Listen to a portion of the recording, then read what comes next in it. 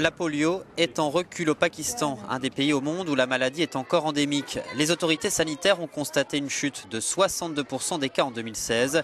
Une bonne nouvelle en cette journée internationale de la polio, résultat des efforts du Pakistan qui a fait de la lutte contre ce virus une priorité nationale.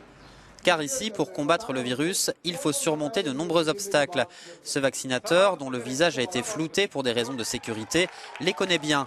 Il a survécu à un attentat des talibans contre son équipe en 2012. Les fondamentalistes véhiculent l'idée que le vaccin contient du porc ou encore que l'immunisation rend stérile. Ils répandent la rumeur d'un complot destiné à anéantir la population musulmane. Euronews a rencontré ce vaccinateur à Lyon. Nous avons constaté récemment une réelle amélioration pour les campagnes contre la polio. La raison principale est le renforcement de la sécurité qui est assuré grâce à l'armée. Depuis 2012, 71 infirmiers et policiers ont été tués pendant les campagnes de vaccination attaquées par les talibans. Parmi eux, l'un des collègues de notre vaccinateur, lui, s'en est sorti, blessé à la jambe. Ces difficultés avec les talibans datent du temps où il y a eu des dispositions internationales qui interdisent aux Pakistanais de voyager à l'étranger sans être vaccinés. Ce sont des mesures qui ont provoqué les tueries des bénévoles.